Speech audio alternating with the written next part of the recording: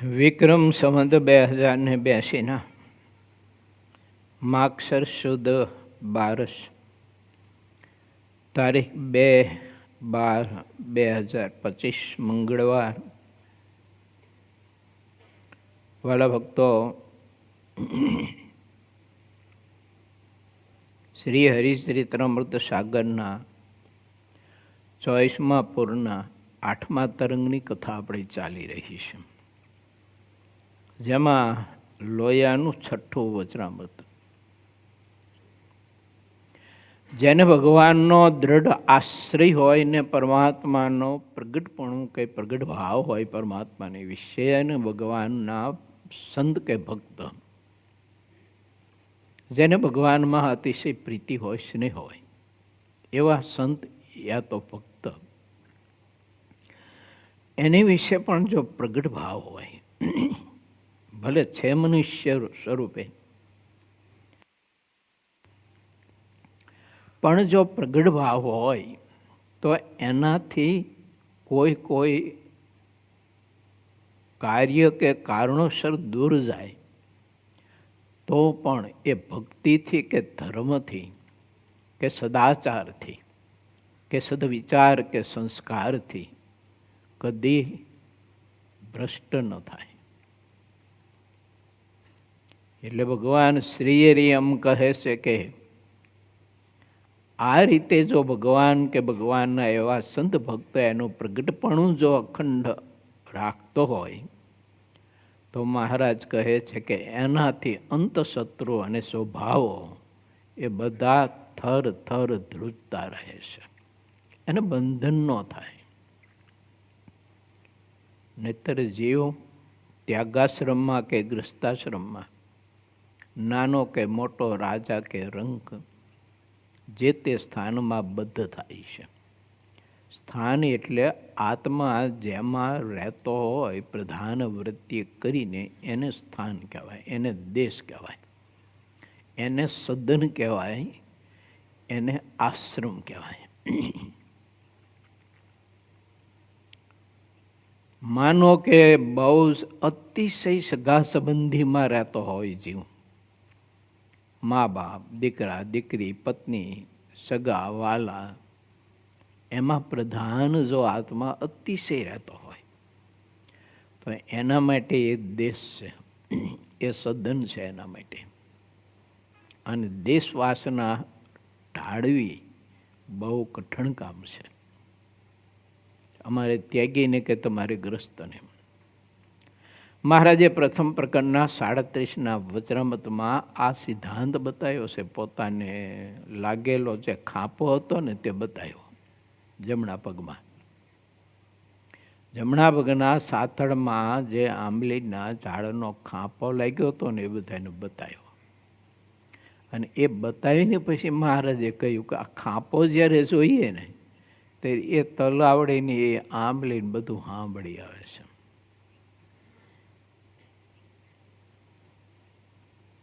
પોતાના વિશે મહારાજે વાત કરે છે. મહારાજને તો કોઈ સ્થાન કે પ્રદેશ છે જ નહીં, કારણ કે એ તો અનાદિ તત્વ છે, એ કોઈનામાં નથી રહેતો. દેહ ધાર્યો હોય જીવના કલ્યાણ માટે, પણ દેહમાં ન હોય રહેતા હોય. એ વિદેહી હોય. એ રીતે મહારાજના મુક્ત પુરુષ હોય ને, એને મારા ને તમારા માટે દેહ ધાર્યો હોય પણ દેહમાં ન રહેતા હોય, મૂર્તિમાં રહેતા હોય. પણ હવે એ વાત મારે ને તમારે પકડવીને સમજવી એ બહુ વિષય અઘરો છે. તો એને ખાંપો લાગ્યો હોય એ જોવે અને તલાવડી અને તે ઝાડ સાંભળી આવે, આવું કંઈક થોડુંક બને. પણ મને તમને સમજાયું છે કે દેશ વાસના એ ટાળવી બહુ કઠણ છે.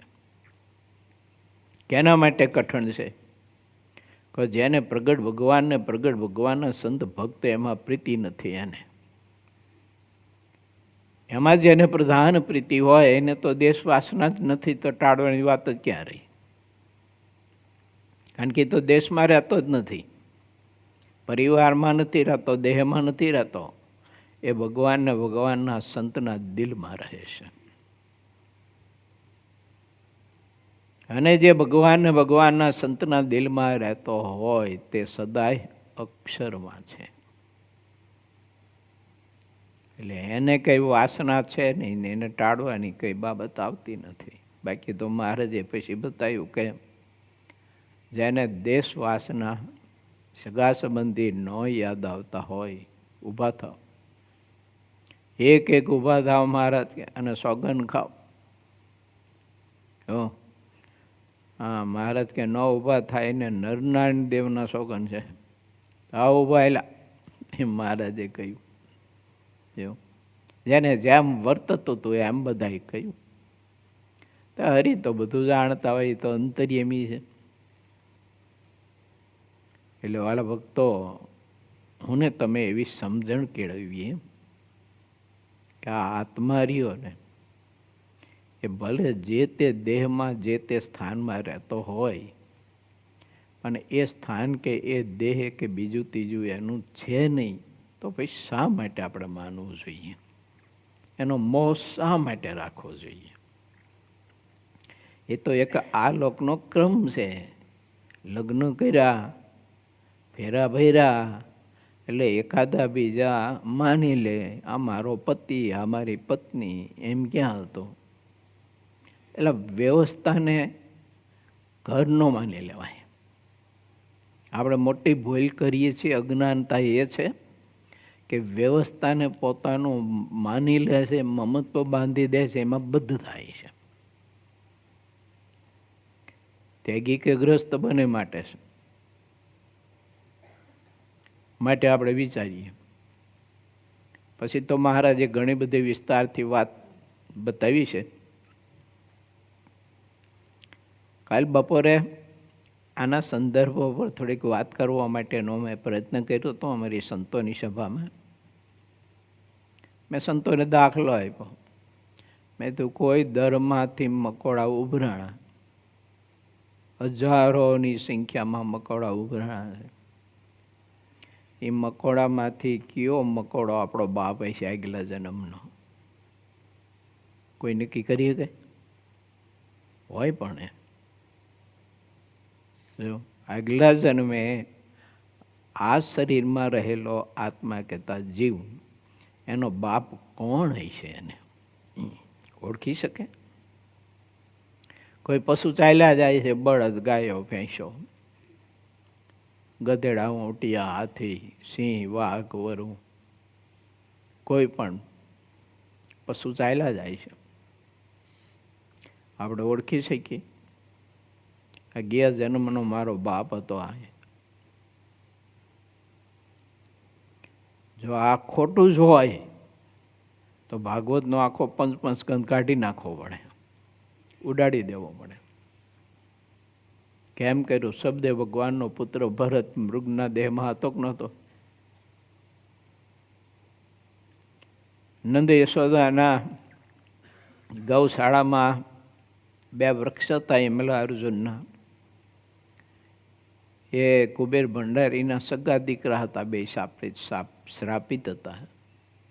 જો આમ ન જ હોય તો એ કલમ ઉડાડી દેવી પડે. ભગવાન વ્યાસજીની કલમે બધું લખાયેલું છે. તો કેવી રીતે નક્કી કરી શક્યો ને તમે કે અહીંયા લીમડો છે, પીપર છે, આંબલી છે, મારો બાપ છે આગલા જન્મનો? જીવ કેમ નક્કી કરી શકે? અને મહારાજ કે આ લોકનો સંબંધ રાખવો હોય, આ લોકના સંબંધીઓનો, તો મહારાજ કે એટલો રાખજો કે પૂર્વજન્મના તમારા સગા સંબંધી મા બાપ થઈ ગયા ને એનો જેટલો તમને સંબંધ છે, અને એમાં જેટલી પ્રીતિ છે ને એમાં જેટલો અહમમત્વ છે, એટલો મહારાજ કે આ લોકના આ વખતના રાખજો, વધારે ન રાખતા. રાખવો હોય તો મહારાજ કે રાખવાની તો હું ના જ પાડું છું, પણ તેમ છતાં તમારે રાખવું જ હોય તો મહારાજ કે એટલો સંબંધ રાખજો, વધુ નહીં રાખતા. તો એ તો આપણને ખબર નથી.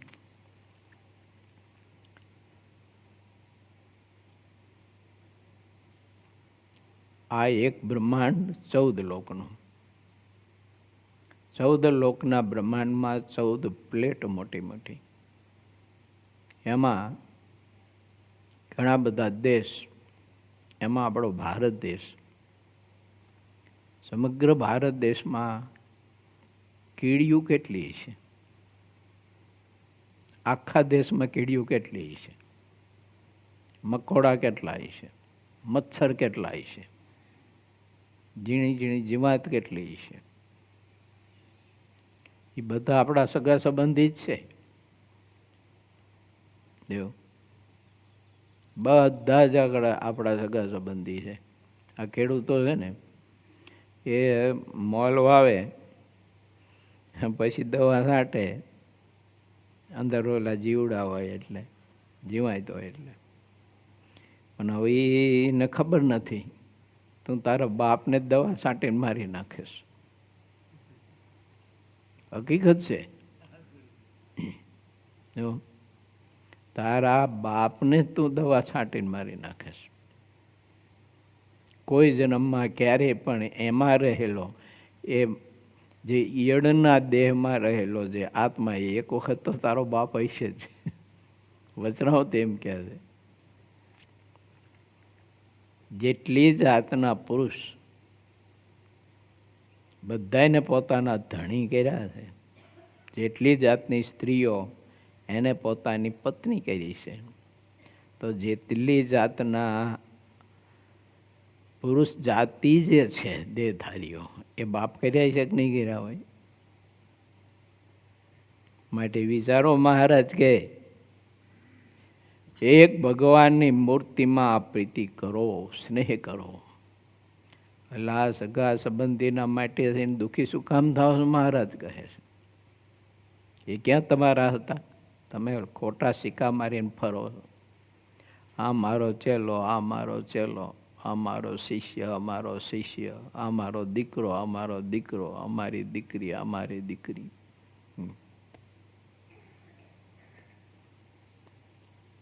પણ એમાં આવે છે ને, અમારી દીકરીને અમારો બાપ છે, આ મારી ઘરવાળીને આ મારી માત છે, કોઈ કોઈનું નથી રે, અલા કોઈ કોઈનું નથી રે, અલા નાહક ના મરો બધા મથી મથી રે. પછી લખ્યું ને, મોવાના સંગાથે કોઈ તું નથી રે. કેવું ચિત્ર છે, અને આપણે કેવા દુઃખી થઈ છીએ. હે, અદ્ભુત વાત છે. પ્રથમનું 37મું, પ્રથમનું 44મું, 5મા સ્કંદ ભાગવતનો 10મા સ્કંદના અમુક ભાગ અધ્યાયો, એકાદશ સ્કંદના 12 સ્કંદના અમુક અધ્યાયો, એનો અભ્યાસ કરવો જોઈએ. જો હા, તો કોઈ દુઃખી જ ન થાય બોલો જીવનમાં. માટે વિચારીએ, પ્રીતિ કરો એક ભગવાનના સ્વરૂપમાં. જો હું આ બધા સંતોને કહું અમારી બપોરની સભામાં કે તમે યત છે ને મારામાં કરતા નહીં, મહારાજમાં કરજો યત, પ્રીતિ પ્રભુમાં કરજો. એ જ પ્રધાન હોવા જોઈએ છે અને રાખવા જોઈએ. આ જીવરીઓને એ આધાર વિના તો ક્યાં રહી શકે છે? દેહનો આધાર જોઈએ. દેહમાં હોવા છતાંય પણ મિત્ર તો જોઈએ એને, પત્ની જોઈએ, પતિ જોઈએ. જન્મ ત્યારે આધાર વિના તો જન્મ નથી, કોઈની મદદ વિના જન્મી નથી શકતો. મરે ત્યારે કોઈની મદદ વિના સ્મશાને જઈ શકતો નથી. એવું પડખે નનામી પડ્યું હોય, મળદું ઊભું થઈને નનામીમાં હોઈ શકે? એ 2-4 જણા ઉપાડીને ખોરસું નાખે નનામીમાં, ત્યારે માન એ નનામી ઉપર ખોરસું પડે. મદદ વિના જન્મી શકતો નથી, મદદ વિના મરી શકતો નથી, દેહ ન છોડી શકતો મદદ વિના. ભગવાનનો ભક્ત હોય તો એને ભગવાન મદદ કરે છે દેહ છોડાવવા માટે. માયાનું જીવ હોય તો એને કાળ મદદ કરે છે, થપાટ મારે કાળ. જો બાકી તો દેહ પણ નથી છોડી શકતો. આટલો નિર્બળ ને બદ્ધ. પણ ખબર નહીં હરી દુનિયાદારીનો અહંકાર ભર્યો હોય. થોડો ઘણો ભર્યો હોય તો સારું, અને આ તો દુનિયાદારીનો અહંકાર ભર્યો હોય. હું કાંઈક છું, હું કાંઈક છું. અરે ભલા ઝાડ, તું કાંઈ નથી ને તારું કાંઈ નથી ને તારા કોઈ નથી ને તુંય કોઈનો નથી. જેનો છું એનો થાય ને ભલા. પરમાત્માનો આ આત્મા જો સંબંધી થાય, એનો મિત્ર થાય, એનો દાસ બને, એનો ભક્ત બને, તો જ આ બધી ઉપાધિ ટળવાની. મારી ને તમારી. બાકી આ ઉપાધિ ટળશે એવી આશા કોઈ નહીં રાખવાની. દેશ વાસના, સંબંધીઓની વાસના, દેહની વાસના એ મહારાજમાં પ્રીતિ પ્રદાન કરશે, પ્રભુને મિત્ર બનાવશે અને પ્રભુને જ પ્રધાન રાખશે, ઠાકોરજીને જ પ્રધાન રાખશે, તો જ આ બધી વાસના ટળવાની. અને એના માટે એવો સ્ટીક બને, એટલો કડક થાય. કેના માટે? કે પોતાના માટે, પરમાત્માનું ભજન કરવા માટે એટલો બધો એને સ્ટીક બનવું જોઈએ. સંતોની સભામાં હું ઘણી વાર કહું કે ઠાકોરજીનું ધ્યાન ભજન કરવા માટે તમે તમારા માટે હાવ નિર્દય રહો, બિલકુલ નિર્દય રહો. જો નિષ્ઠુર થઈ જાઓ, આવે પથ્થર કરતાં પણ કઠણ હૈયું હોવું જોઈએ તમારા માટે, મોક્ષ માટે. આ ભજન કરવા માટે એની કંઈક ઇન્દ્રિયો અંતકરણ ટીખડ કરે અને દેહ કંઈક હરી કરે આપણને, હુવા બુવાની, ઊંઘવાની કે બેહવાની, કે હવે થાક લાગ્યો ને પગ દુખે છે ને, હાવ નિર્દય થઈ જાઓ. કે હું સંતોને પાછો તમને બધાને કહું, એકદમ નિષ્ઠુર થઈ જાઓ અને ભજનમાંથી ઊભા જ ન થતા.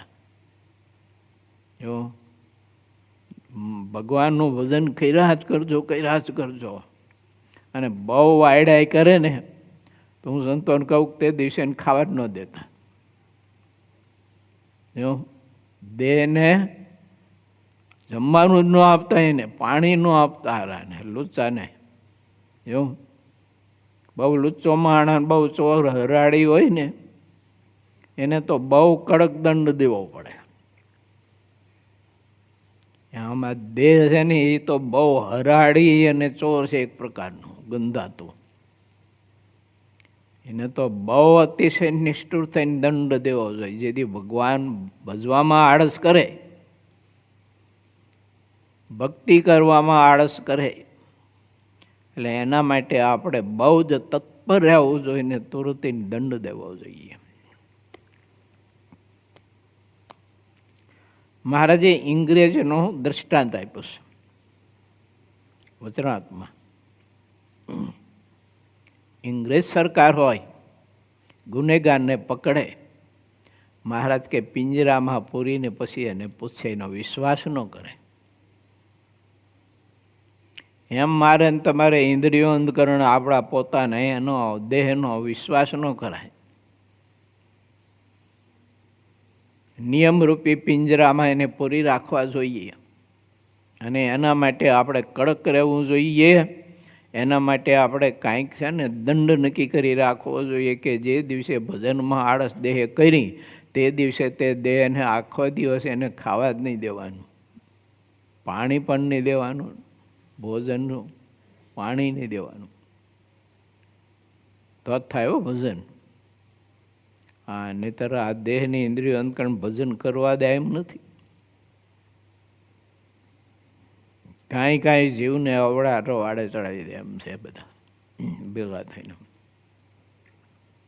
માટે જીવને વધારામાં વધારે પરમાત્માની ભક્તિ કરવામાં વિઘ્નરૂપ જો હોય તો દેહાત્મ બુદ્ધિ, ઇન્દ્રિયો અંતકરણનો મોહ અને સગા સંબંધીનો મોહ આટલો જ લોચો છે ભગવાન ભજવામાં, આડ કરવામાં. આડોશી પાડોશી કે બીજા ત્રીજા કોઈ આપણને ભગવાન ભજવાની ના પાડતા નથી. છોકરાઓ ઘેર જાય ને તો એની મા જ એને એમ કે વહેલું નહીં ઉઠવાનું, મોડો ઉઠવાનું. હું વહેલો ઉઠે છું. પાડોશી કહેવા આવે હું વહેલો ઉઠે છું. વહેલો ઉઠીને નહીં ધોઈને પૂજા કરવી. અત્યારે શિયાળામાં નાહવાનું હોય, પૂજા કરવાની. એ તો ગુરુકુલમાં હોય ત્યારે કરવાનું, અહીં ન કરવાનું, બીજા જાણવાનું. એ પાડોશી કહેવા આવે, એ ઘરના સંબંધિત કહે, પોતાનો દેહ જ કહે, ઇન્દ્રિયો અંતકરણ જ કહે. ઇન્દ્રિયો અંતકરણને દેહ નજીક છે, મા બાપ થોડા દૂર છે, અને એના કરતાં પાડોશી દૂર છે, અને એના કરતાં બીજા બધા દૂર છે. માટે આપણે સૌ કોઈએ ભગવાન ને ભગવાનના સંત ભક્ત એને ખૂબ જ આપણા કરતાં શ્રેષ્ઠ પૂજ્ય ભાવે માનીને એની સર્વદા મર્યાદા જો આત્મા રાખે તો ઇન્દ્રિયો અંતકરણ સ્વભાવ બધું જ એનાથી ધ્રુજતું રહે. એને ભક્તિમાં વિઘ્ન ન કરી શકે. બાકી તો પછી જીવને ભગવાન ભજવા ન દે આવડા એકે. ક્રોધ, લોભ, ઈર્ષા, માન, કપટ, મચ્છર, અસૂયા, કામ, રસાસ્વાદ, આ બધા સ્વભાવ છે ને, એક સ્વભાવ બધા ચડિયાતા છે. તે ઠાકોરજીનું ભજન કરવા જ ન દે, કંઈ ડખા કરીને ઊભા રહે. મહારાજ એવું કહે છે, ભગવાન તથા સંતોના પ્રતાપે કરીને તે દોષો સહેજ જ નાશ થઈ જશે, અને એમાં પ્રીતિ કરશો તો.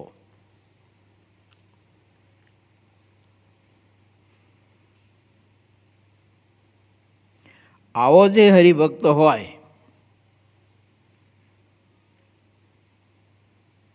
તે સંતના બળે અધર્મ સર્ગનો નાશ કરવામાં ક્યારે પણ પાછો હટતો નથી. ચલો, અધર્મ સર્ગને આ બધા અધર્મ સર્ગના બધા કારણો, કામ, ક્રોધ, લોભ, ઈર્ષા, રાગ, દ્વેષ, તો એને ટાળવા માટે, એને દૂર કરવા માટે ભગવાનનો ભક્ત ક્યારેય પણ પીછે હઠ ન કરે.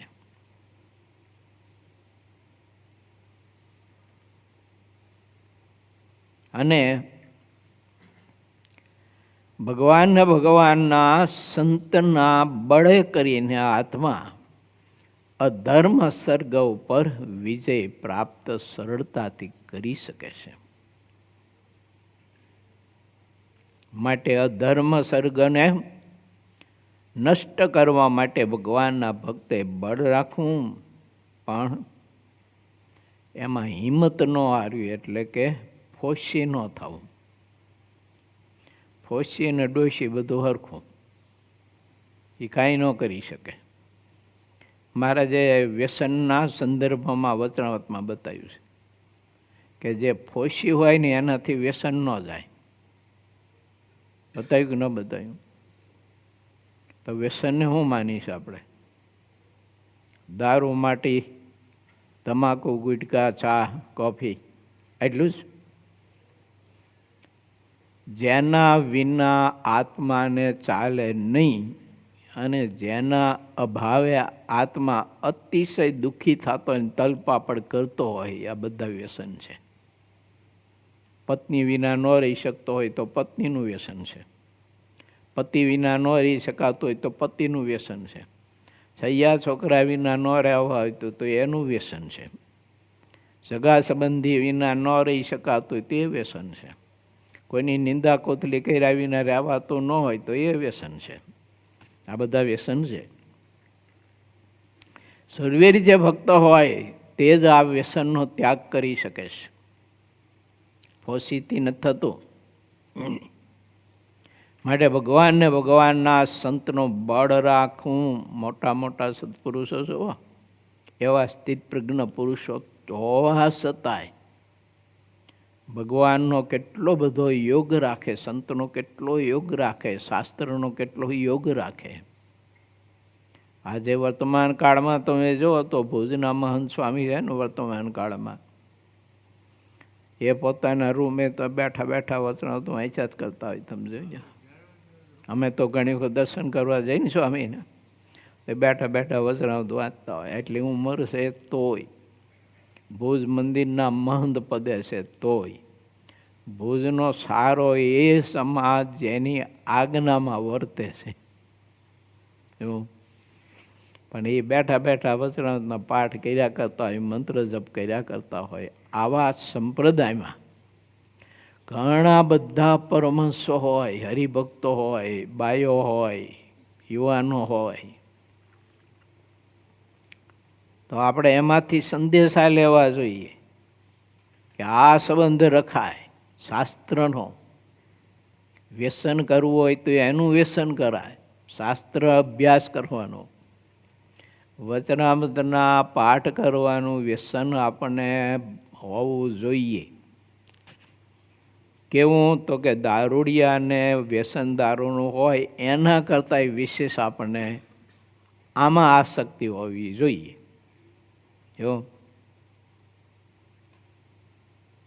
આને સુરવીર ભક્ત કહેવાય, બાકીના બધા ફોસી કહેવાય, હિંમત વગરના કહેવાય બાકી. એટલે ભગવાન સંબંધી કોઈ પણ સત્કર્મ કરવાનું હોય તો એમાં આપણને અતિશય સર્વોત્કૃષ્ટ શ્રદ્ધા વર્તતી હોવી જોઈએ.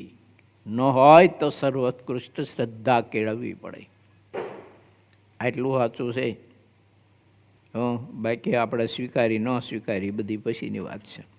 માની કે ન માની વાત પછીની છે. એટલે કોઈ સગા સંબંધીમાં એવી પ્રીતિ નહીં કરતા. હું ને તમે બધાની વાત છે કે જેણે કરીને મહારાજ ગૌણ થઈ જાય, ભજન ધ્યાન ગૌણ થઈ જાય, મહારાજનું વચન ગૌણ થઈ જાય. આવી પ્રીતિ આપણે કોઈ સગા સંબંધીમાં ન કરીએ. કેમ કે દરમાં રહેનારા મકોડા છે બધા, કીડીઓ છે બધી, જંગલમાં રહેનારા સિંહ, દીપડા ને રીંછ ને મૃગલા છે બધા, હાથી ઘોડા ને ગધેડા છે બધા. લો, ઓલાએ માગ્યું તું ભગવાન શિવજી પાસે, તો ભાઈ ભગવાન ભોળાનાથે નહીં આપ્યું હોય એને? મહારાજ ન કહ્યું? આમ નાના હતા તે શિવજીના મંદિરે જઈને સૂતા, તો ઓલો કાયસ્થ આવતો, શિવજીની પૂજા કરીને ગાલ બજાડીને પછી ભગવાન પાસે માગતો, હે ભોળાનાથ, હે ભોળાનાથ, મારા ઉપર દયા કરજો બાપા, મને મનુષ્યનો દેહ નો આપતા, હવે લંબકરણનો આપજો. કે હવે એને માગ્યું હોય તો ભગવાને આપ્યું કે ન આપ્યું હોય? હવે એ ગધેડું ગમે ત્યાં ફરતું હોય ને પછી એનો છોકરો હજી જીવતો હોય ને આ મરી ગયો હોય, બરાબર, અને એ ગધેડાને દે અને પામ્યો હોય, પછી એનો છોકરો અહીંયાથી નીકળે તો આ હોંચી હોંચી કરતો કરતો અહીંયાથી નીકળે તો આ ઓળખે મારા પપ્પા જાય જો, કે એને પડખેથી નીકળે જો તો એ ઓળખે? અને એનો પપ્પો જરાક આડું આવડું કરે ધોકો મારે કે ન મારે? કહો જોઈએ. આ તો ચિત્ર આમ જ છે બધું. માટે ભગવાનના સ્વરૂપમાં પ્રીતિ કરીને પ્રભુની ભક્તિ કરવી, ભજન કરવું, ચાહે તે ઈષ્ટને માનતા હોય, ચાહે તે સ્વરૂપની આપણે આરાધના કરતા હોય, પણ પ્રભુ ભક્તિ કરો, શ્રદ્ધા રાખો, ભજન કરો, આમાં ખૂબ હાલતા ચાલતા ખાતા પીતા અખંડ સ્મરણ કરો. પ્રેમાનંદ સ્વામી ઓલું પદ લખ્યું, એમાં લખ્યું, હાલતા નાતા ધોતા મારે સ્વામિનારાયણ ભજવા રે, લખ્યું ને. લો, દુરીજનિયાના સંગને તજવા રે મારે સ્વામિનારાયણ ભજવા. દુરીજન કોને કહેવાય? જે ભગવાન બોલાડે એ દુરીજન. આપણો દેહ બોલાડે તો દેહ, સંબંધીઓ બોલાવે તો સંબંધીઓ, ઇન્દ્રિયો બોલાવે તો ઇન્દ્રિયો, અંતકરણ, પદાર્થ ભગવાન બોલાવે તો પદાર્થ આપણા માટે દુરીજન. તો તો દુરીજન હોય એને દૂર કરવા જોઈએ અને દુરીજનથી દૂર રહેવું જોઈએ, તો ભગવાન બોલાય.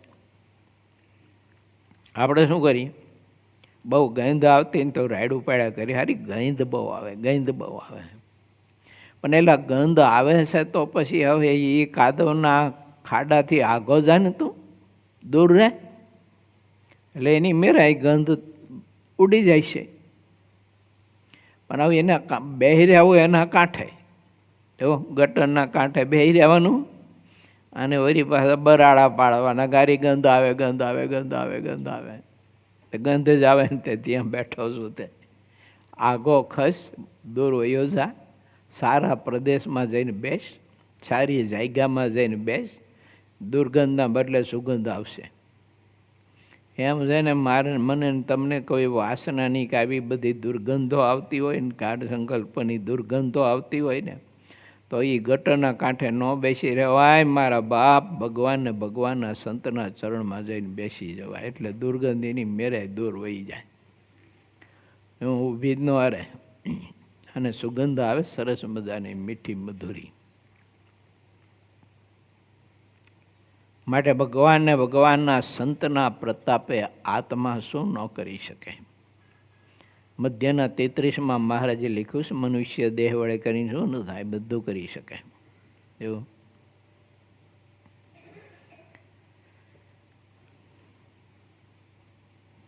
ભગવાનને ભગવાનના સંત ભક્તના પ્રતાપે કરીને તો એમ દૂતાધિક પણ સર્વે ધ્રુજતા હોય છે થર થર. તો ઇન્દ્રિયો અંતકરણ ધ્રુજે કે ન ધ્રુજે?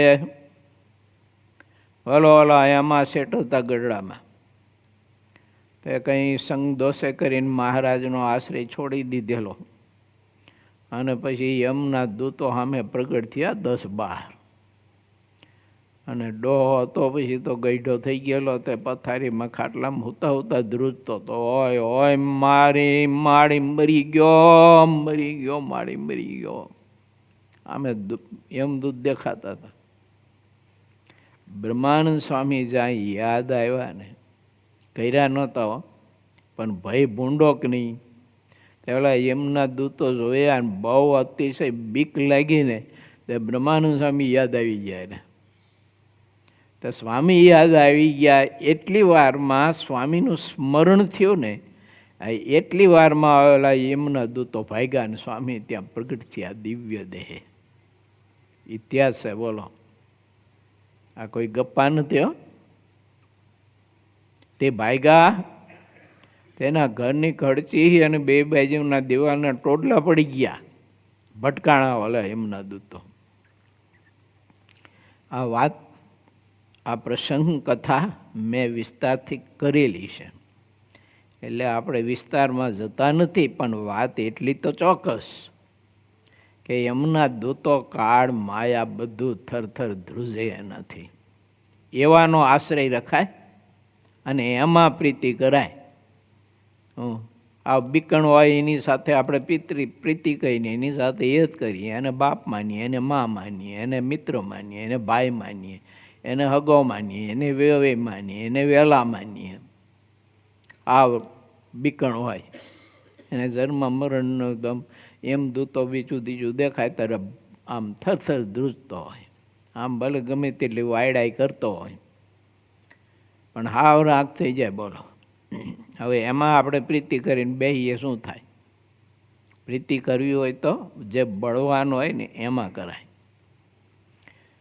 પરંતુ જ્યારે તે એક દિવસ પણ ભગવાનની મરજી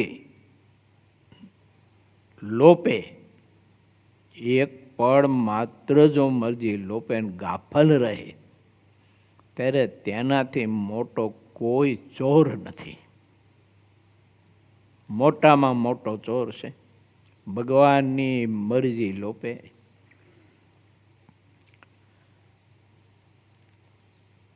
માટે ગમે તેવો મોટો સમ્રાટ હોય ને, રાજા એ નિયમમાં રહે તો રાજ્ય રહે એનું, નિયમમાં ન રહે ને તો એનું રાજ્ય ન રહે, બધું લૂંટાઈ જાય. દુર્યોધનનું લૂંટાઈ ગયું કે ન લૂંટાઈ ગયું? રાજા જ હતો પણ નિયમમાં ન રહ્યો. નિયમમાં જો રહ્યો હોય તો રાજ્ય ન લૂંટાય તેનું. એમ મારે ને તમારે ભગવાને બાંધેલા જે નિયમ છે એમાં તો બધાને રહેવું બહુ જરૂરી ખરું.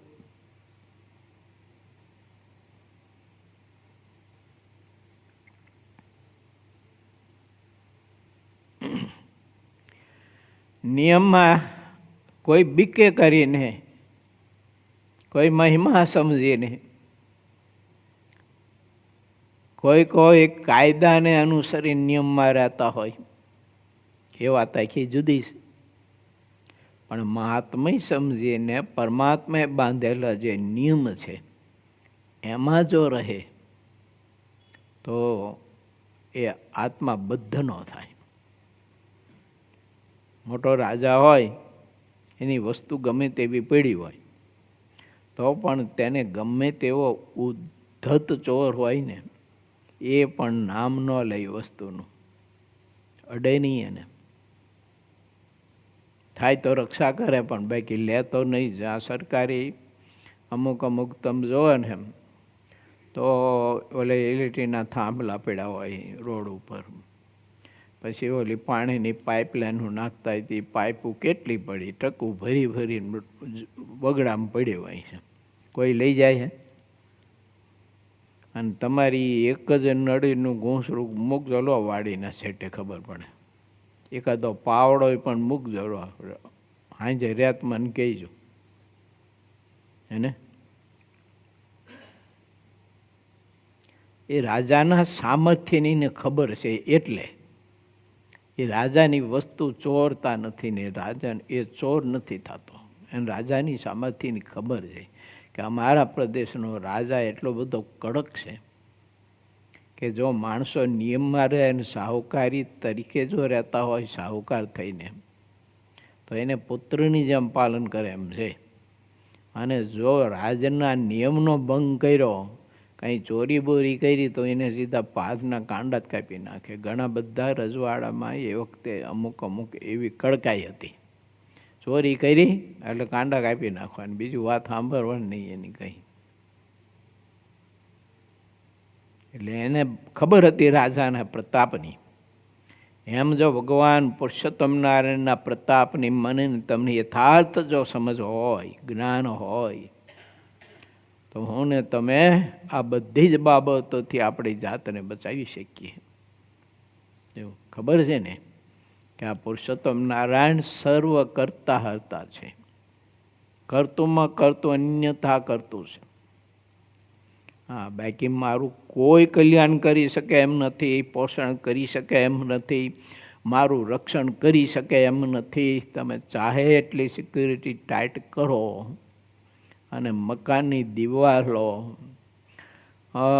કિલોમીટર બાય કિલોમીટર જેટલી પહોળીને ઊંચી દિવાલો લોખંડની બનાવો અને પછી આપણે વિચારીએ કે મારું મૃત્યુ ન થાય કોઈ દિવસ, કેમ કે હું આવા મજબૂત મકાનમાં રહું છું.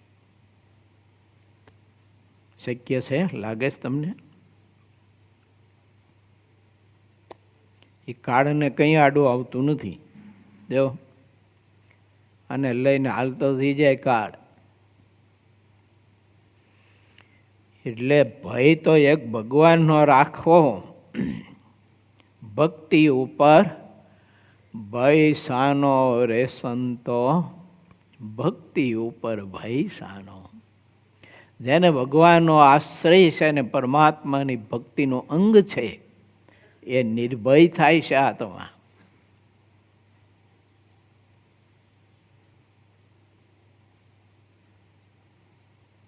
રાજા ગમે તે એકલો ફરતો હોય, ગમે ત્યાં હરતો ફરતો હોય, અથવા એનો કુંવર હોય એ હરતો ફરતો હોય, તો ચોર લોકો પણ એનું રક્ષણ કરે છે ચોર પણ તોય રક્ષણ કરે છે. કેમ કે સમજે છે રાજાના પ્રતાપની ખબર છે ને.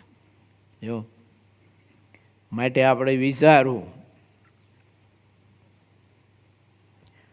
બહુ અદ્ભુત વિચાર ભગવાન શ્રીહરિ આપણને આપી રહ્યા છે.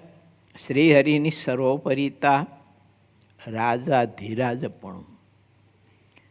સિદ્ધાનંદ સ્વામી મને તમને ઉપાસનાનો માર્ગ બહુ જ અદ્ભુત સમજાવતા કહે છે કે અનંત કોટી બ્રહ્માંડો છે, કોઈ બ્રહ્માંડ એક તો છે નહીં. આ અનંત કોટી બ્રહ્માંડો છે, જેનો ગણતા પાર આવે એમ નથી, કોઈ ન ગણી શકે. આ રજકણો ગણી શકાય પૃથ્વીના, પણ બ્રહ્માંડોના ગોળા કેટલા છે એ કોઈ ન ગણી શકે. એટલા સંખ્યાત બ્રહ્માંડો છે. એ બધા જ બ્રહ્માંડોના સર્જક, નિયંતા, એના પોષક અને સંહારક, જેને હું ને તમે ભજીએ છીએ ને એ જ છે. અસંખ્યાત અનંત કોટી બ્રહ્માંડો.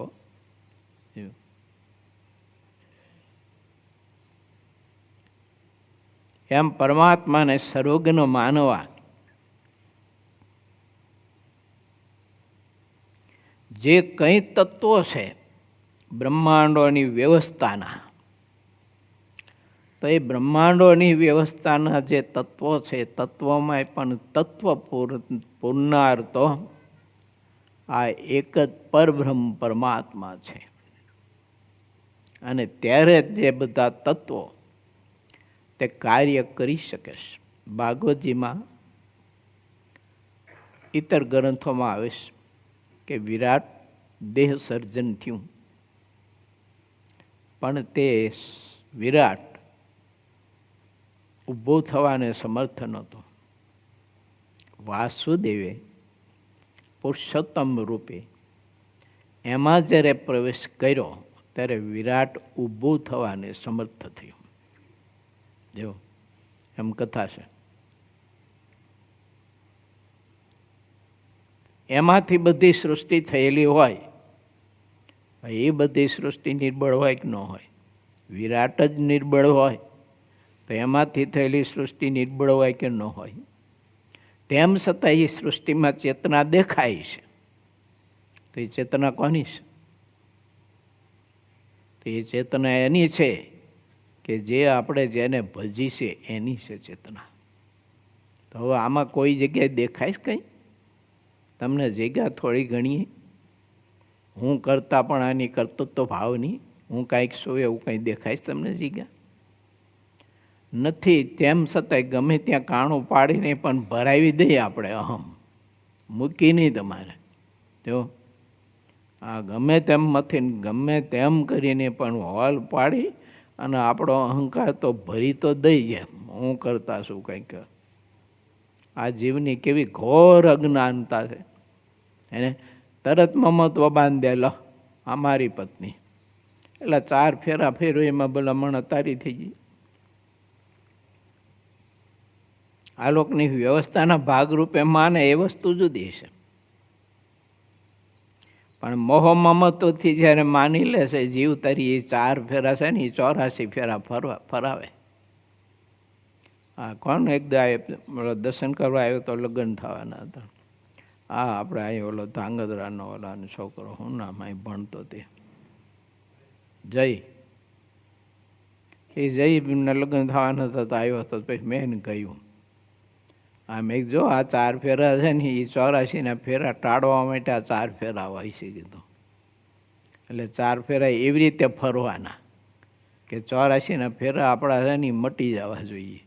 તો ગ્રસ્તાશ્રમમાં એવી રીતે બંને દંપતી સંયમ મર્યાદા રાખીને પરમાત્માની ભક્તિ કરી અને કીધું આદર્શ જીવન છે ને સંયમી કેળવજો અને જીવજો.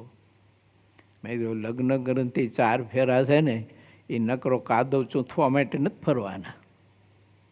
જો આ ઇતરો કુતરા ગધેડા વગર ફેરા ફેરા વગર ને વગર ઢોલ વગાડ્યા વગર અને માંડો બાંડો નાખ્યા વિના ને ગોત્ર બહાર્યા વિના અને ઓલું શું ખોડે એને કે માણેક થંભ, એ માણેક થંભ ખોડ્યા વિના એ માંડવા બાંડવા નાખ્યા વિના છે બધા વિષય ભોગવે, કાદવ ચૂંથે છે.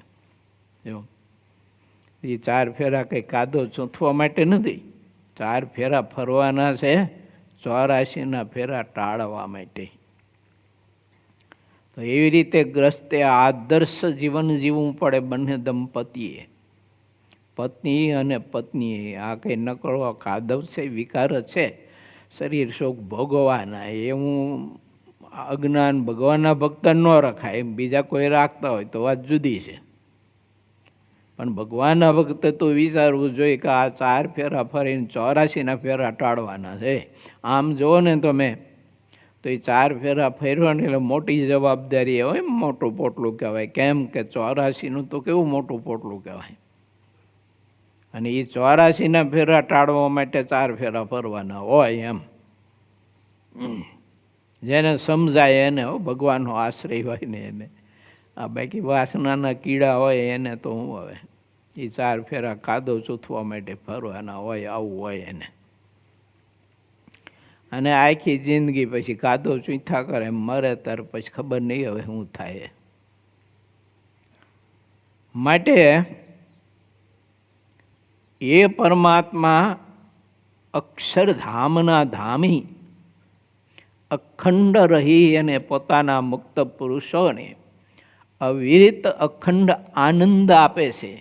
અને એ આનંદ આપણે જો પ્રાપ્ત કરવો હોય તો તે પરમાત્માની શુદ્ધ સર્વોપરી ઉપાસના દૃઢ કરજો, પ્રગટ ભક્તિ દૃઢ કરજો, એમાં પ્રધાન પ્રીતિ કરજો. કે એવી પ્રીતિ કોઈનામાં ન કરતા, તમારા દેહમાં ન કરતા મહારાજ. કે દેહમાં કરશો તોય તકલીફ છે. માટે બીજામાં તો કેમ કરવી? ત્યારે પોતાના દેહમાં જ ના પાડે છે તો બીજામાં શું કરવાનું? કરે તો પછી દુઃખી થાય છે. અને એવા સર્વોપરી જે ભગવાન છે એનું નિષ્કપટપણે શરણું સ્વીકારો. એના આશ્રિત તો થાવું, પણ નિષ્કપટપણે શરણું સ્વીકારવું તો નિષ્કપટપણે શરણું કોને સ્વીકાર્યું કહેવાય? મહારાજ સિવાય કશામાં કોઈનામાં પ્રીતિ ન કરે એ નિષ્કપટ શરણું સ્વીકાર્યું કહેવાય. અને મહારાજ સિવાય બીજામાં પ્રીતિ હોય તો એ કપટ છે. કપટ ને નિષ્કપટ ને કપટપણું આપણે એને ગાઢ સંકલ્પ થતા હોય એ બધા રજૂ કરી દઈએ આપણે. એ જ નિષ્કપટપણું છે. એટલું બહુ સીમિત મર્યાદા બાંધીને ન આપણે રહીએ. ભગવાન સિવાય જે મૂર્તિને પોતે ભજે છે, જે મૂર્તિનું ધ્યાન ભજન કરે છે, જે સ્વરૂપનો આનંદ મહામુક્તો અહોરાત્રિ માણે છે, એ મૂર્તિનો આનંદ એ મુક્તની જેમ માણવા માટેની જેને ભૂખ હોય એને એના સિવાય બીજામાં જે પ્રીતિ કરે એ જ કપટ છે. જો આપણે બીજામાં પ્રીતિ કરીએ એ જ કપટી જીવન છે આપણું.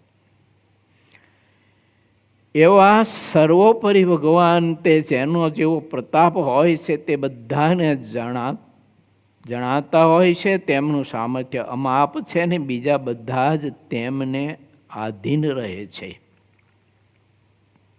એવા સર્વોપરી ભગવાનના જ્ઞાનવાળા જે સંતો હોય તેનો નિત્ય સમાગમ કરો એમ લખે છે.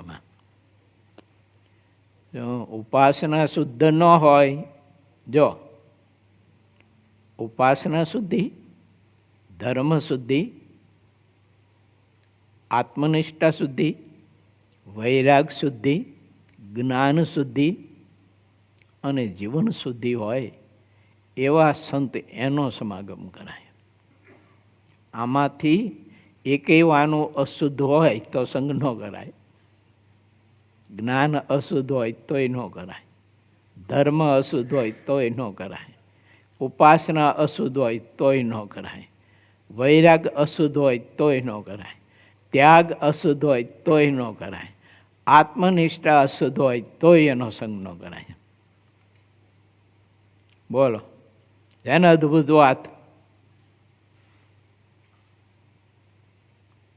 સર્વોપરી ભગવાનના જ્ઞાનવાળા, સર્વોપરી ત્યાગવાળા, સર્વોપરી ધર્મવાળા, સર્વોપરી આત્મનિષ્ઠાવાળા અને સર્વોપરી દાસ એનો સંગ કરાય. જો અને એનો સંગ કરી તો એના સંબંધે કરીને હું ને તમે પણ એના જેવા જ બધા જ ગુણ સર્વોપરી ધારતા થઈ જઈએ આપણે. પછી એને કોઈનો વજન નહીં, કોઈનો ભાર નહીં, અને દુનિયાદારીમાં કોઈનો. હા, એની નિષ્ઠાને, એની ઉપાસનાને, એને પોતાના ઈષ્ટ સ્વરૂપમાં પ્રીતિ એને તોડવા માટે, એને એમાંથી હલાવવા માટે, એમાંથી ચલિત કરવા માટે એ ખુદ એ આવે ને તોય ચલિત ન થાય. બોલો, આવ્યો એવી હજળ બમે એમ એની ઉપાસના છે ને. વજીબાનો પ્રસંગ છે કે નહીં? બોલો હે ને. વજીબાની નિષ્ઠાની પરીક્ષા કરવા મહારાજે આવ્યા. કેટલી ધમાલ કરી મહારાજે. બોલો, ખાવાનું માંગ્યું, ભાંગ માંગી, બજાર માંગી, ગાંજો માંગ્યો, ઓલું ગાડલું માંગ્યું, ઢોલિયો માંગ્યો, કંઈક ધમાલ કરી. ડોશીએ કેવું કીધું? કેવી જબરજસ્ત નિષ્ઠા. હવે જેની નિષ્ઠા છે એ તોડાવવા માટે આવે તો એ ન તૂટે તો બીજાની તોડી તૂટે. માટે છે ને બહુ નક્કર ઉપાસના હોય, નક્કર જ્ઞાન હોય, નક્કર ત્યાગ હોય, નક્કર વૈરાગ્ય હોય, નક્કર નિર્માનીપણું હોય, નક્કર દાસપણું હોય, નક્કર સરળતા હોય. મહારાજ કે એનો સંગ કરજો. આમાંથી કંઈક ખામી હોય તો એનો સંગ ન કરતા. કેમ? તો એ પરિપૂર્ણ છે, તો તમે પરિપૂર્ણ થઈશો. હા, ઓલામાં કાંઈક એવી ખામી હોય તો એ પરિપૂર્ણ નથી, તો થોડીક ખામી રહેશે આપણામાં. હવે એ ખામી ટાળવા માટે ફરીને જન્મ લેવો પડશે. ફરીને જન્મ લઈ એટલે આપણે તો પાછું બીજું જોઈ તો ખરું જ આધાર બધા. એટલે જીવ વરી પાછો લગ્ન કરે, એટલે લગ્ન કરે એટલે એમાંથી પત્ની, જન્મ એટલે મા બાપ, થયા એટલે દીકરા દીકરીઓ, આધાર. વરી પાછો એમાં એમાં પાછો પ્રીતિ કરી, બંધાણો પાછો એને માની લીધું આટલું અમારું છે, પરિવાર કુટુંબ બધું આ તે. એટલે મહારાજને પછી હસવો આવે, કરે અરે હારું જીવડું મેં દયા કરી, કૃપા કરી, અને હારું પાછું ખાડામાં ખાબડામાં પાછું ખાબ કેસ પાછું. જો આ પાછું હારું આમાં આમાં ગંદા ખાડામાં, ગટરના ગંદાતા ખાડામાં જ પાછો પીડવા. નહીં એવું કરીએ. શુદ્ધ ઉપાસક સંત શુદ્ધ જીવન છે એનું. નથી એનામાં મારા તમારા પાસે સ્વાર્થ. કયો સ્વાર્થ? કે આપણી પાસે બે મીઠા શબ્દનો પણ સ્વાર્થ નથી, એને અપેક્ષા નથી કે મને બે શબ્દથી આ નવાજે, મને વખાણ કરે, મારી સાધુતાને નવાજે, વખાણે, મારા કાર્યને વખાણે, મારા ગુણને વખાણે. એ પણ અપેક્ષા નથી. એને શુદ્ધ જ્ઞાન કહેવાય, શુદ્ધ સંતત્વ કહેવાય એને. તો પછી આપણા તરફથી મળતું હોય તો સ્વીકારે ખરા, પણ એ સ્વીકારીને કેવું કરે? તરત પ્રભુને આપી દે. લો મહારાજ, આ ફલાણા ફલાણા હરિભગતે થોડુંક માન આપ્યું છે તો લો આ તમને આપું છું, રાખજો. હું તો પાત્ર છું નહીં.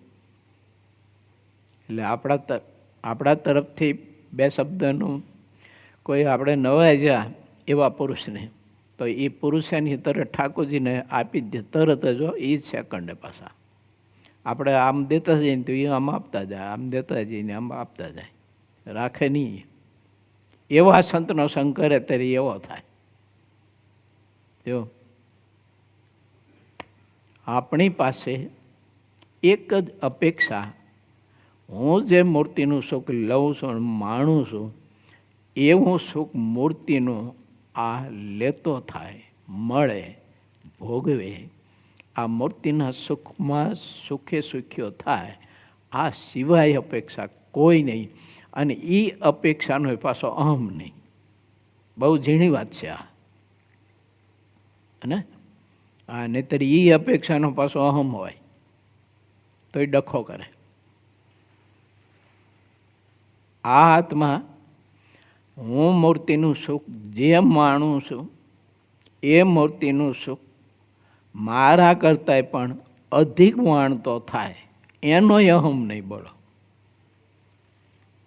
એવા જે સંત મારા કે એનો સંગ કરજો તો તમે એવા થઈશો. એવું મહારાજની મૂર્તિનું સુખ આવશે આપણને બધાને. બહુ અદ્ભુત વાત છે. એટલે મહારાજ કહે છે કે સર્વોપરી ભગવાનના જ્ઞાનવાળા જે સંત હોય તેનો નિત્ય સમાગમ કરજો અને બીજાનો સમાગમ છોડજો. અને કામાદિક દોષને જીતવા નિત્ય તત્પર રહેવું. આમ ભગવાને પ્રસન્ન કરવા માટે તેવા સંતોનો મન કર્મ વચને નિત્ય સમાગમ કરવો.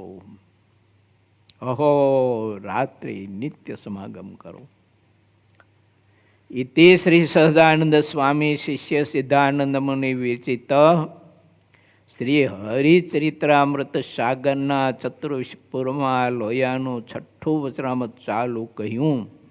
એ નામે 8મો તરંગ સમાપ્ત થયો. હજી લોયાનું વચનામૃત બાકી છો. જો લોયાનું 6ઠું વચનામૃત હજી બાકી છે. તો થોડાક અંશે એમાંથી આપણે સમજવા માટે પ્રયત્ન કરીએ છીએ. મહારાજની ખૂબ આપણા ઉપર દયા છે, કૃપા છે. માટે વાલા ભક્તો, બીજું બધું તો ઠીક છે, પણ સંગ કરવામાં તો બહુ સંગ શુદ્ધિ મારે ને તમારે મહારાજે બતાવી છે ને એમ વિચારવી તો જરૂરી ખરી એમ. અને સ્થાનમાં બદ્ધ ન થઈ આપણે. પ્રીતિ જો મને તમને કોઈ પણ આકારમાં હશે ને તો એ સ્થાન બધપણું મૂર્તિના સુખમાં અવરોધ બહુ મોટો કરશે. સ્થાન હશે અણુ જેટલું, પરમાણુ જેટલું, પણ અવરોધ કરશે લોકાલોક પર્વત કરતાંય મોટો. શું થાય છે? લોકાલોક પર્વત કરતાંય પણ મોટો અવરોધ કરશે. સ્થાન હશે કેવડું? પરમાણુ જેટલું. એટલે બહુ વિચારવા જેવી વાત છે મારે ને તમારે. કીડી કેવડી? હાથી પાસે કીડી કેવડી દેખાય? એ કીડી કરતાંય પણ ઘણી જીવાત ઝીણી હોય છે. કીડીની આંખ હોય ને કેવડી હોય? એની આંખ કરતાંય પણ જીવાત ઝીણી હોય છે. હવે એ કેવડું કોલો? એ સ્થાન કેવડું? અને એ સ્થાનમાં જીવ બંધાયો, એ દેહમાં બંધાયો તો લોકાલોક પર્વત કરતાંય પણ મોટું જબરજસ્ત આવરણ આડું આવે. એવું દેહ છે ને એ મોટો પૃથ્વી કે લોકાલોક કે આ બ્રહ્માંડ જેવડો દેહ હોય અને બંધન થાય અને 5 હાથ કે 7 હાથ ઊંચો હોય માણસ અને એમાં જ બંધન થાય. અને મેં બતાવ્યું એવું સૂક્ષ્મ દેહ હોય, હાવ ઝીણું દેહ હોય, એમાં બંધન ન થાય એવું બનવાનું હોય? બને જ નહીં. અજ્ઞાનતા તો ગમે તેમાં બાંધે. અને અજ્ઞાનતા છે ને એ કંઈ સારા સરસ મજાના મોટા જબરજસ્ત 1 કિલોમીટર બાય કિલોમીટરના મોટા રાજમહેલમાં જ આપણને બંધ કરે એવું જ છે? એવું નથી. ગટરમાં કીડા હોય ને, ગટરના કાદવમાં કીડા હોય ને, એ કીડાને પણ એ કાદવ રહ્યો ને એ મેં કહ્યું ને એવા મહેલ કરતાં અધિક આનંદ આવતો હોય છે એને. જો અધિક આવતો હોય છે. માટે વિચારીએ. મહારાજનું જ્ઞાન કોઈ અદ્ભુત છે. કેટલી બધી અદ્ભુત વાત મહારાજ પાથી પાડીને આપણને સમજાવે છે. માટે કહે છે કે હે મારા વહાલા ભક્તો, તમે મારી મૂર્તિ સિવાય ક્યાંય તમે પ્રીતિ કરશો નહીં, બંધાઈશો નહીં, હેત કરશો નહીં. કરો તો મારામાં જોડાઓ, મારામાં પ્રીતિ કરો. શા માટે? તો મહારાજ કે તમને મારે બધી ઉપાધિથી મુક્ત કરવા છે. અને બધી ઉપાધિથી મુક્ત કરવા માટે જ આ ધરતી ઉપર મહારાજ કે અમે આવ્યા છીએ. તમને ઉપાધિથી મુક્ત કરવા માટે જ આવ્યા છીએ. એટલે અમારા સિવાય હેત ન કર્યો. તમે મને તમને કોઈ બે શબ્દથી નવાજે ને આપણને કંઈક મોટપ આપી દે વખાણ બખાણ કરીને, જો તો એ શબ્દ સદનમાં આપણે બંધાણા કહેવાય. શેમાં બંધાણા કહેવાય? શબ્દ સદનમાં બંધાણા. એ ઘર કહેવાય. એ મીઠું લાગે આપણને ત્યારે જીવ છે ને માનમાં બંધાયો, મોક્ષ બગડવાનો. કેમ કે એની સાથે ઠાકોરજીની વેર છે. મુક્તાનંદ સ્વામીની કલમ કહે છે, સાંભળ બેની શું કીધું? હરી રીજાની રીતળી. પછી શું કીધું? મોહનને માન સંગાથે વેરજો નહીં. તો એ માન રૂપી જે શબ્દ છે, માનનો જે શબ્દ છે, તો એ માનના શબ્દ રૂપી જે સદન, એમાં જીવ બંધાયો ને એ મીઠું લાગે ને પછી એને મૂકવું જ ન ગમે, છોડવું જ ન ગમે. મારી નાખો તોય હું આ ઘર ન મૂકો, એમ કાપી નાખો તોય ઘર ન મૂકો. એક જણો કહેતો, હું નાનો હતો ને ત્યારે એને છોકરા ડોહાને કે ઘર બારો નીકળે, નથી ઘરમાં નહીં કે નથી પહાતો. તે ડોહો કે મારી નાખો તોય ઘર ન છોડવું. જો હા, અને કે મરીને ભૂત થઈને ઘરમાં રહીશ પણ ઘર ન છોડવું, કે એવું કહેતો ડોહો. નામ ન દેવાય મારે ડોહાને. જો હા, મને ઘરમાંથી અત્યારે કાઢશો તો મરી જઈશ, મરીને ભૂત થઈને પછી ઘરમાં રહું કે પણ મૂકવું નહીં, કે આ ઘર ન છોડવું. કે જીવનું આવું છે બધું. આ તો વાત જોઈ લેવા, આ કોઈ ગપ્પા નથી, વાસ્તવિક છે. એના ભજનમાં એવું તો કીધું, મરીને ભૂત થઈને રહું પણ કે ઘરના નેવા ન રહેવા દઉં. કે હા, ધને પાત કરી નાખું ભૂત થઈને તમને બધાને. ભલે જીવતા હારા કે હું તમને પહોંચતો નથી પણ ભૂત થઈને તો પહોંચી જ જવું તમને. કે એક એકને વળગીને ખતમ કરી નાખું. કે આવું ડોહો કહેતો. માટે આપણે સૌ કોઈ વિચારવું, ભગવાન સ્વામિનારાયણે આપણને બચાવવા માટે, આપણી રક્ષા કરવા માટે, આપણે પોતાની મૂર્તિનું સુખ આપવા માટે અને આપણે પૂર્ણ કામ કરવા માટે આ ધરતી ઉપર અવતારી પુરુષોત્તમ નારાયણ કે હું તમારા માટે આવ્યો છું. તો હવે તો તમે થાવ મારા. અત્યાર સુધી તો મારા ન થયા, બીજા ન થવા માટે મીઠા, તો એ કોઈ તમારું ન થઈ શક્યું, તમે એના ન થઈ શક્યા.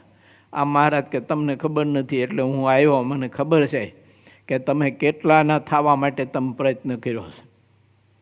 આ પૃથ્વી નહીં પણ આ બ્રહ્માંડ નહીં પણ અનંત કોટી, અસંખ્યાત કોટી બ્રહ્માંડો, અને એ બ્રહ્માંડોના રજકણો ગણો ને તોય કદાચ ગણાય, પણ તમે કોઈકના થવા માટે કેટલા જન્મ લીધા એને કોઈ ન ગણી શકે. મેં કાલે કહ્યું હતું ને બપોરની સભામાં, આપણે બોલો જોગી સામે વાત કરી હતી કે નહીં? આ મેં તો અસંખ્યાત બ્રહ્માંડ છે ને એના બધા પરમાણુ ભેગા કરવાની ગણવા હોય તો ગણી શકો, પણ આ શરીરમાં રહેલો આત્મા એને કેટલા દેહ બદલાવ્યા ને કેટલી માયું ને કેટલા બાપ કર્યા, કેટલી પત્ની, કેટલા છોકરા, એને કોઈ ગણી ન શકે.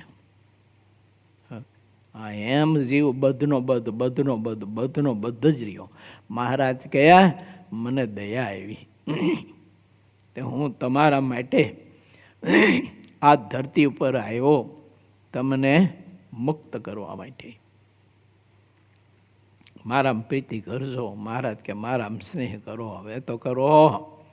એટલે આ બીજામાં સ્નેહ કરી કરીને તમે મરી ગયા ને કેટલા જન્મ લીધા ને કેટલો માર ખાધો, તો હવે તમને કાંઈ આમ વૈરાગ નથી થતો મહારાજ કે?